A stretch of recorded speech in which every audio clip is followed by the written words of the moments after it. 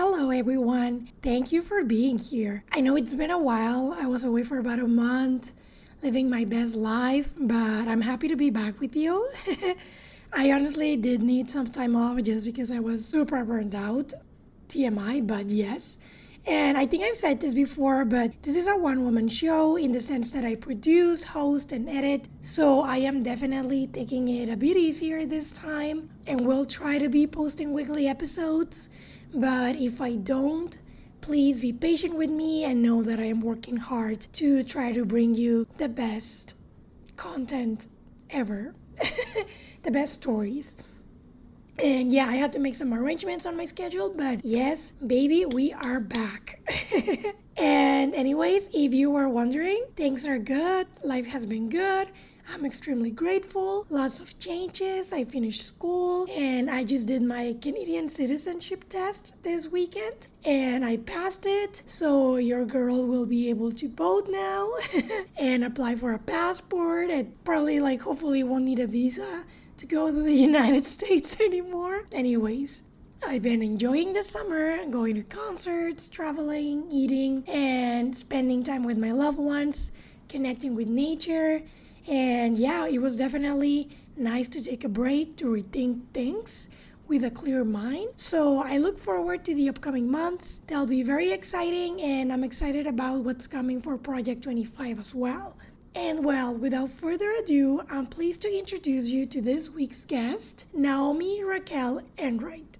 Naomi Raquel is a writer, educator, and equity practitioner based in Brooklyn, New York.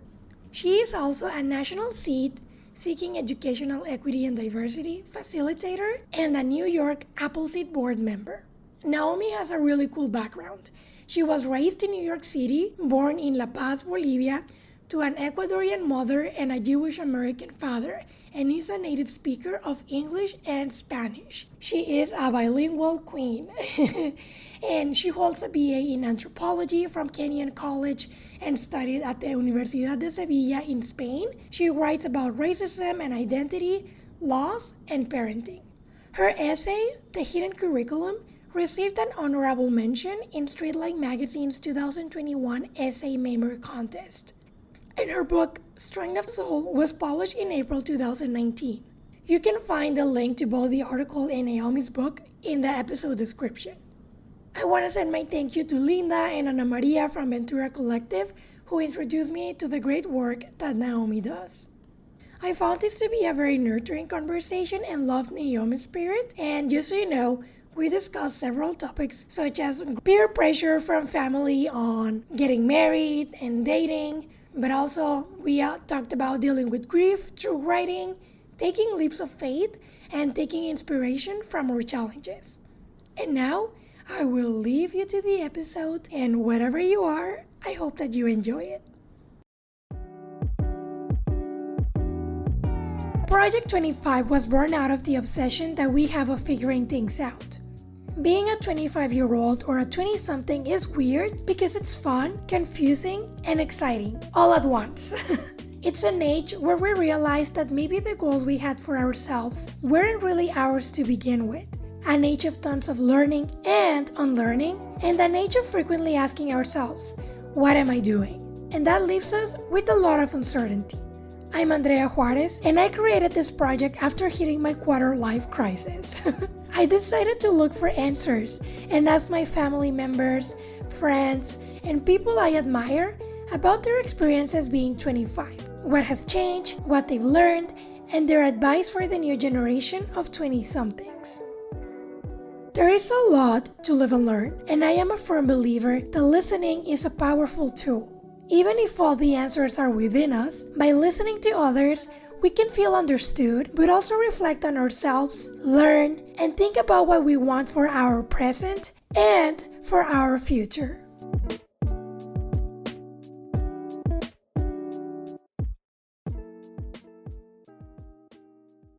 Hi, Naomi. Thank you very much for joining me in Project 25. It is a pleasure to have you here.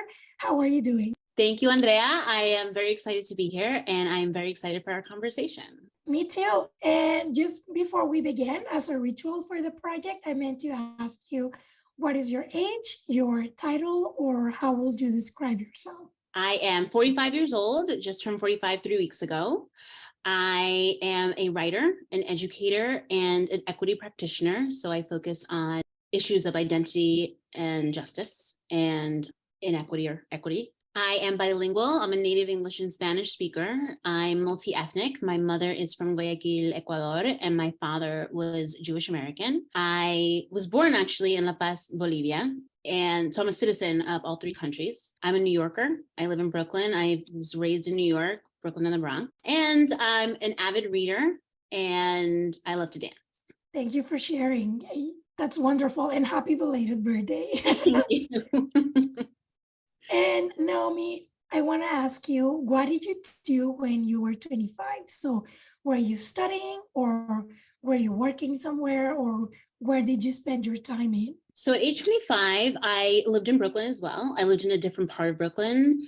It's called Windsor Terrace. I now live in Fort Greene. But I was in Brooklyn. I was in my first apartment on my own. So I was living by myself for the first time. And the apartment was on the same block as my aunt and my uncle. My aunt is my mother's sister. So that felt to me very safe. I was independent, but I had right there, a couple doors down, my tia and my tío, and it made me feel safer. I worked at the time at the ACLU, which stands for the American Civil Liberties Union, and I thought I would study law at the time. I thought I would pursue civil rights law or human rights law, and I ended up failing miserably the LSAT, which is the qualifying exam for law school. So that to me was a very clear indicator that law was not the path for me. But I knew that my work would somehow focus on justice and equity and social change. I knew that for a fact. I was very social then. I would go out a lot. I would go out to dinner often with my friends during the week. I would go to parties, different house parties on the weekends. I would host often gatherings in my own apartment, which I loved doing. And I was single. I did not have a boyfriend at the time, and that was a concern of mine. I was worried about whether or not I would meet somebody and get married someday and have kids someday. Like, I was very worried, which I think in part was from my Ecuadorian family, who were just convinced that by 25, I was going to be single for the rest of my days.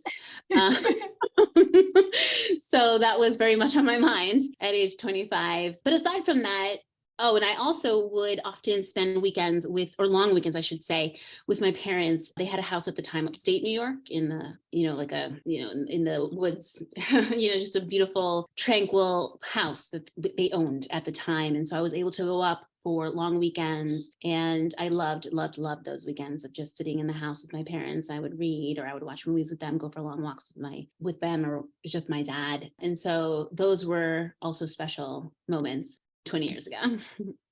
That is amazing. Yeah, like I said on the previous on the previous interview, because we did it in Spanish. Yeah. Just so I can imagine like all the chaos in New York and then just go to the woods. Exactly. It's wonderful. And yeah, that sounds like you had such a nice time. And I want to ask you now, what did you think when you were 25? I know you mentioned that getting married and having a boyfriend was a concern given all this peer pressure. But besides that, what was your vision of the world?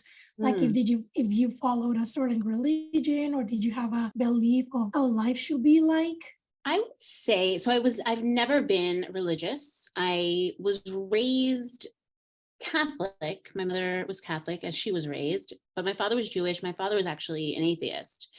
And once I had been baptized and confirmed, I was confirmed at age 13, I told my mother I didn't want to go back to church. And so I basically stopped going, which she didn't really seem to be too upset about. And so I've never followed an organized religion, really, but I do consider myself spiritual in some ways, and I define myself as agnostic. And I would say that my belief system then was very similar to my belief system now, in terms of wanting to combat injustice and combat inequity, and particularly racism. I've always been passionate about examining and understanding issues of identity and racism. And I knew that would somehow find its way into my professional life as well, because it is my deepest passion really in my life. And so those beliefs, then I wasn't sure what direction that would take me in, but I knew that was something I wanted to understand further, bring to light, and be a part of the change of creating, social change in American society. Thank you very much. That is wonderful.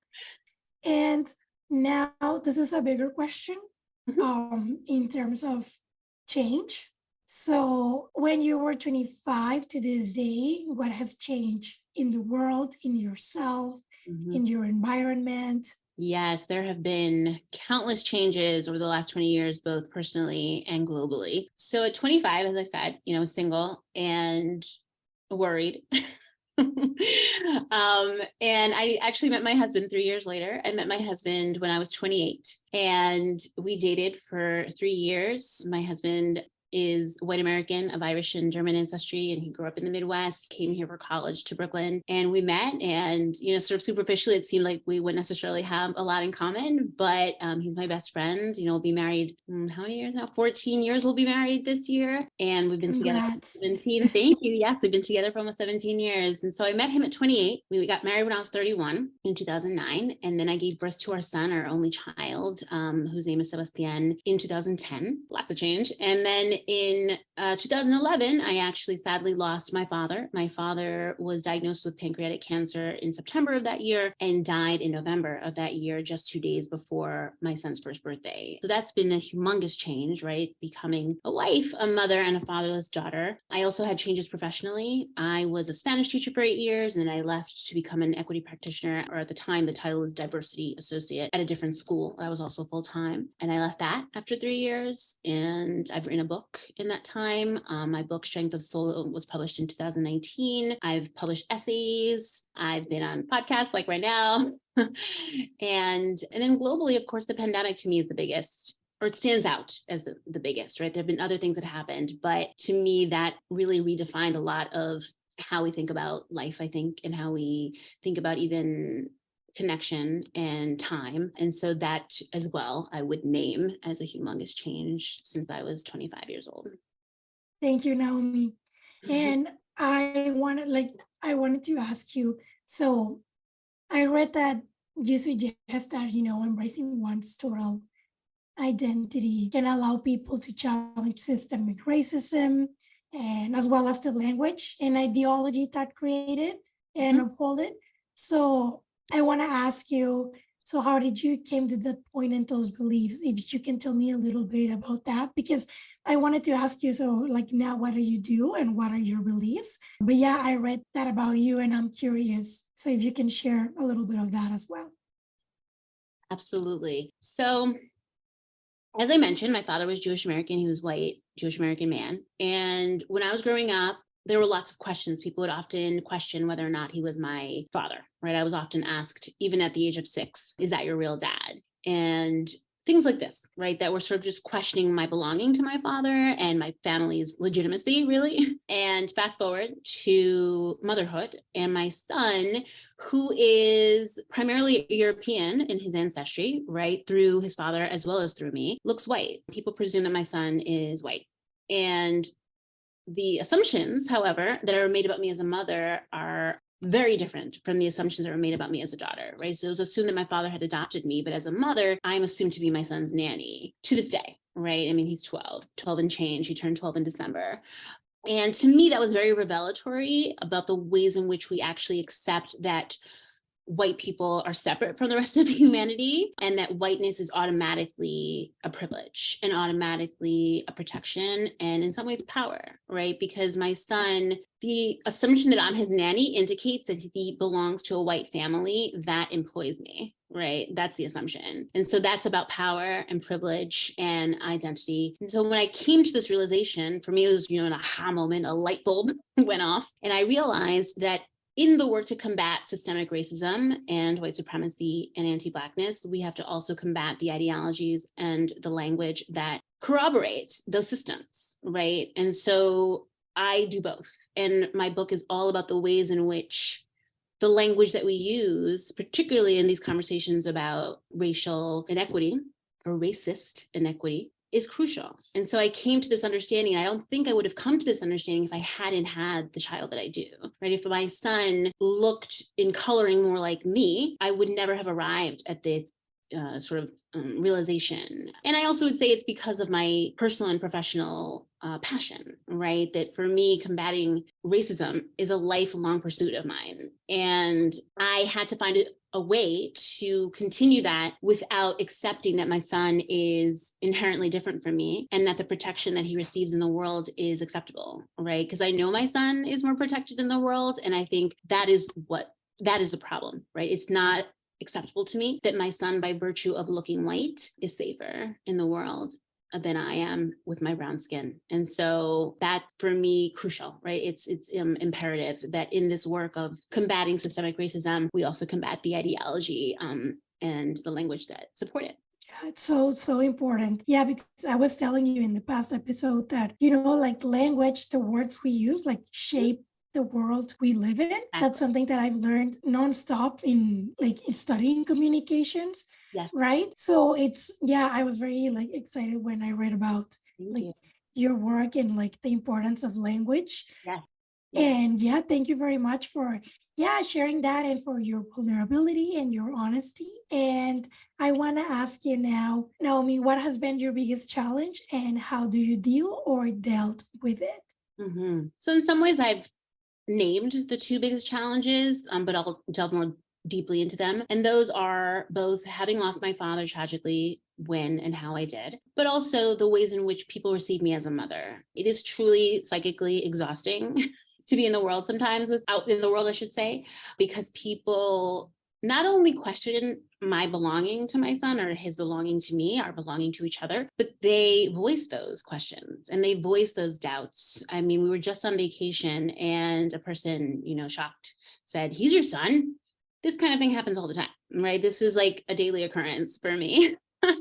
And so it's tiring and it's frustrating and it's also offensive, right? And it's hurtful, right? Because I shouldn't have to justify who I am to my child, and my child should not have to justify who his mother is to him. And so it's a huge challenge, and it comes sort of combined with the loss of my father and my father not being physically in the world for me to consult with, and for him to even contextualize that my son looks the way he does in part because of me too, right? People often are like, "Oh, he must look exactly like his father, my husband," which he looks a lot like my husband for certain, but he also looks like me and he looks like my father and he looks, like all his ancestors. And so it's hard. And I think the way I've handled it actually has been, I don't know, in some ways I'm kind of impressed because it's so exhausting, and it could in some ways, I think, crush me, but I don't allow it to. And so I use it as fuel for my writing and for my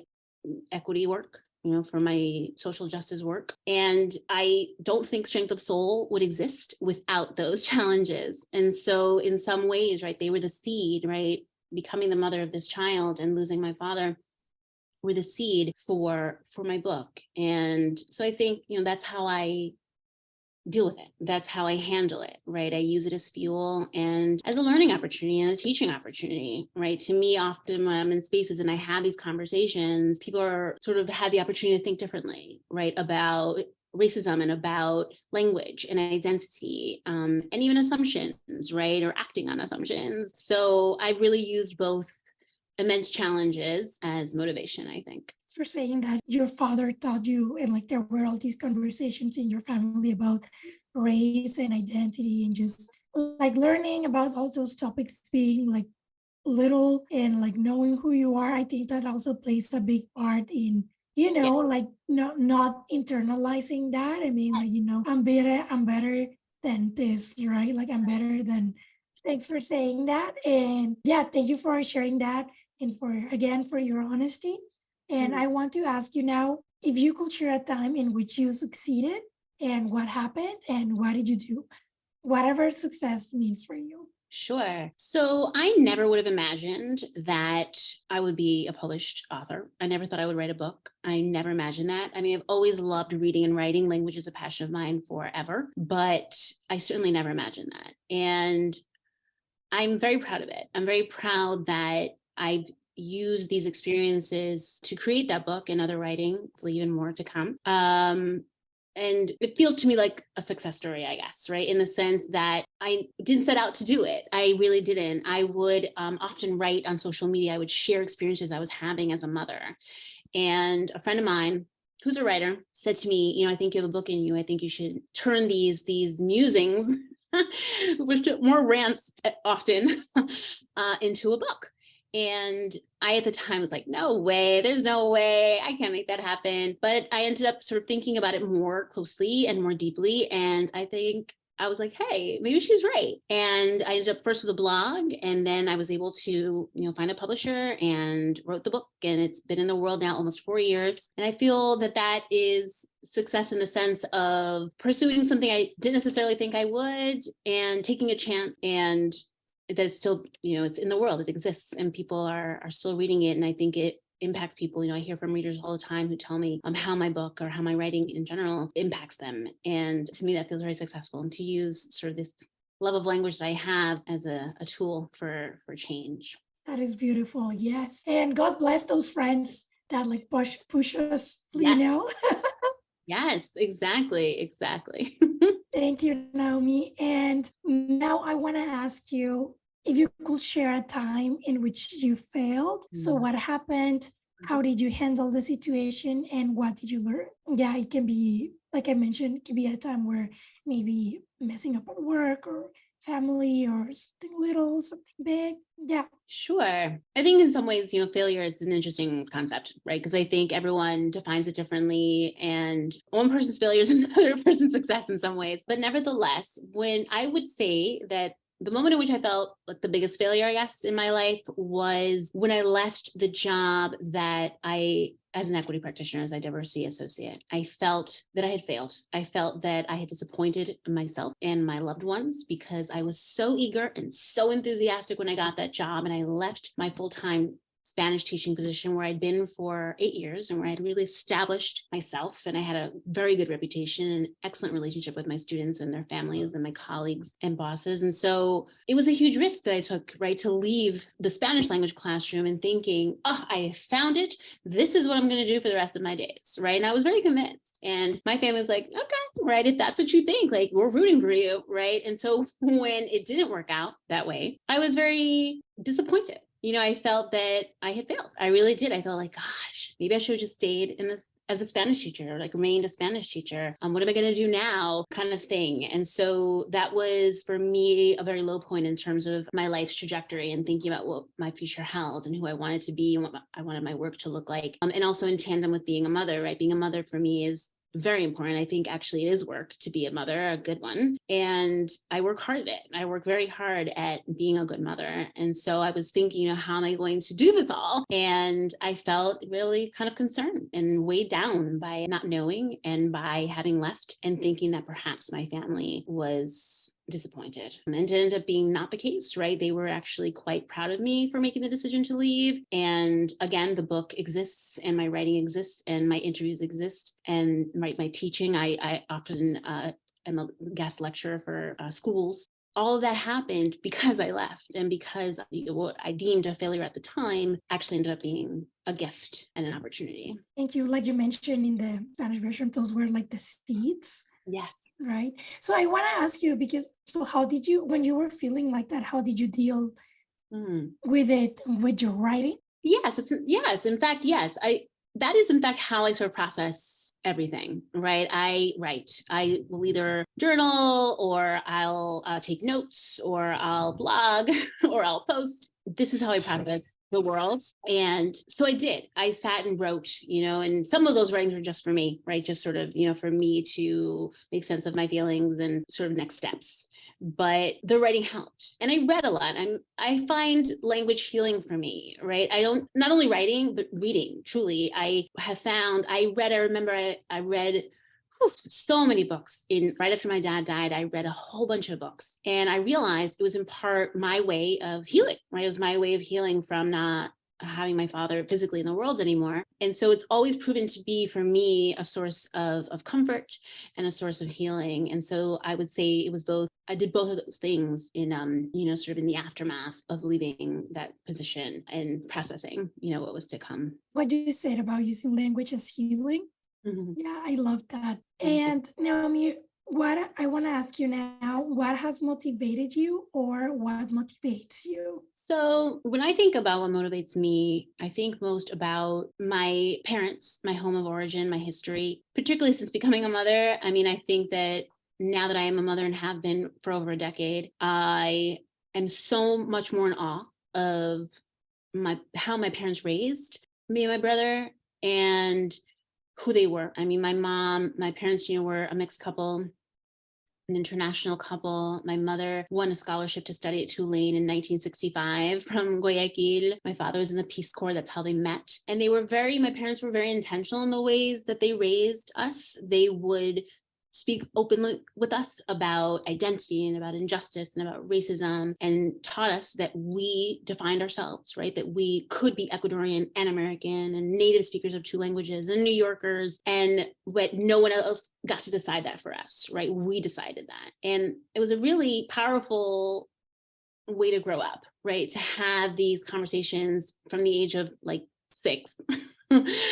And I always say that being their daughter is what prepared me to be my son's mother. I don't think I could mother my son and raise my son the way that I am without that history. And so I'm motivated by where I come from and where I'm going, right? I think about my legacy. And as I said, I think that raising my son is work as well. And I want to leave for him what my parents gave to me, especially since we know that life is finite, right? And I will not be here always. And so I want to make sure that he is receiving that same source of strength and that source of love and conviction, that he knows who he is, and that he's like, you might think one thing about me, but I actually tell you who I am. So yeah, I'm motivated by my history, my present, and my legacy.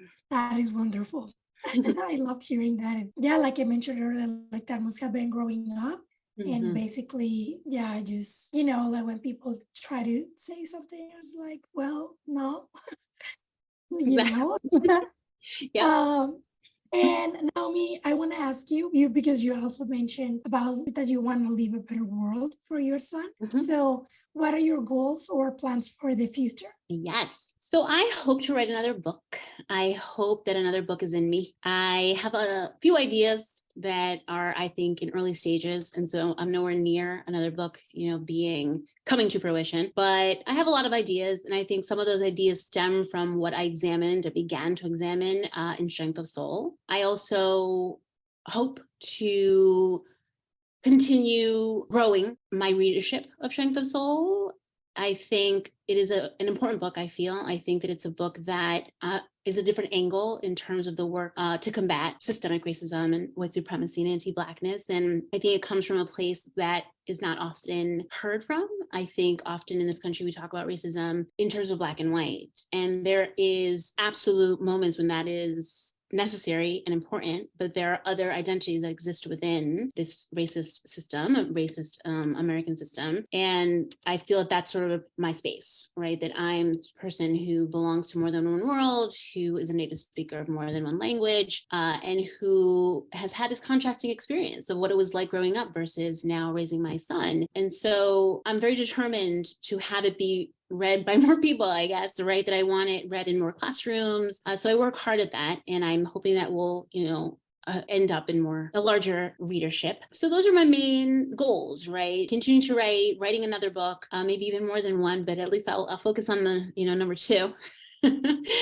and continuing to have Strength of Soul, make its way into people's hands. Yeah, so it can be healing for others as well, right? Yeah, yeah. Yeah, and also, yeah, let me know whenever you have your second book out. I will. And this is another question that I have for you, Naomi. This wasn't in the first interview, but if you could go back to when you were 25, would you change anything or make things different? I think the one thing I would change was how much I would fret about what was to come. I was, like I mentioned, I was worried, particularly about, sort of romance. And I think I would go back and tell 25-year-old Naomi not to worry and just to be, right? Because I think sometimes that worry and that tension actually interferes with meeting people, right? Because you're not very attractive if you're not happy and you're not confident. And so when I look back, even though I had a lot of good times then, right? I went out and I danced and all that stuff. There was always sort of this cloud of being worried about this aspect of my life. And I would go back and tell myself to not be worried and to relax, and that perhaps I would meet someone, perhaps I wouldn't, right? But that ultimately was not the be all and end all of my life. And when I think about when I did meet my husband and who I was then, 3 years later at 28, I think in part it was because I was more relaxed. I was just like, I'm just living my life and we'll see what happens, right? At 28. And I think that's probably one of the things that attracted him. He was like, hey, she seems like she's pretty happy and I want to meet this woman and get to know her. And so I think if he had met me at 25, he probably wouldn't have been interested, to be honest, is what I think. But right, luckily he met me, he came into my life 3 years later and here we are. But that I think is what I would tell myself, to fret less and just be in the moment. That is incredible. Thank you very much. And you just mentioned something that you will change in the past, but in the present, what advice do you have for today's 20-somethings? Mm-hmm. So I think in some ways being 25 in 2023 is very different from having been 25 in 2003. And the main difference, I think, is our whole social media universe, right? There was no Twitter and no TikTok and no Facebook and no Instagram and not even texting when I was 25. And in some ways, I think it was actually better that there wasn't. And I'm actually glad that there wasn't at the time. So that I think is very different. But nevertheless, I feel that my main advice to 25-year-olds would be to live in the present, right? To be very mindful of the moment, right? Because I think that particularly in our 20s, we are very concerned about what is to come, right? It's like, what am I going to do? Am I going to meet someone? Where am I going to live? Right? All these things. And so we worry a lot. And I think we then actually take away from whatever's actually happening in that moment, right? And so I would tell 25-year-olds, life will happen. Life will happen regardless, right? And both good and bad things will occur in your life and those of your loved ones and in the world around you. And so I feel that the best way to live life particularly is to be mindful of the fact that it is today that you're living, right? This is this moment that you have. This is what's happening right now. And so to live in the present and be in the moment. And the other thing I would say, which is a saying that my father, a mantra that my father would always repeat to me growing up, and which I completely try to live my life by, which is to keep an open mind. My father would always say that to me. He would say that to me for any situation that I would be talking to him about. He would say, well, keep an open mind, Naomi. And it has served me well. I think that it is a beautiful way to look at the world and to look at people and situations, right? And places, right? That with an open mind, you are learning, you're growing, you are being challenged, and I think you're ultimately living life more fully when you keep an open mind. That's my advice. Thank you. That is beautiful. And Naomi, is there anything you'd like to share that you think it's important and I didn't ask you, or if there's anything you'd like to promote? No, I think, I've loved this conversation. I've loved the questions that you've asked, and being able to go back in time in a way. And so, no, not at all. No, I feel very happy with our conversation, and I thank you for having invited me. Well, thank you very much, Naomi, for being here, and yes, for your honesty and for sharing your anecdotes and your advice. And I'm sure it will resonate with a lot of people. I hope so. Thank you, Andrea, for having me. It really is something. I think it's a great project that you have here, right? To look back and think about where one is or was at 25, and then versus where they are in the present moment. So it's really beautiful. And I thank you for the conversation and for the opportunity. Thank you very much. Thank you very much for listening. If you'd like to support the show, please share this episode with your friends or with someone who may benefit from this conversation. You can also rate the show and leave a review and follow it on Instagram at project25.podcast. And if you'd like to share your story or know someone who does, feel free to email me at andrea.project25@gmail.com. You can also send me your comments and suggestions in case you want to see someone here. And that's all from me. Bye-bye.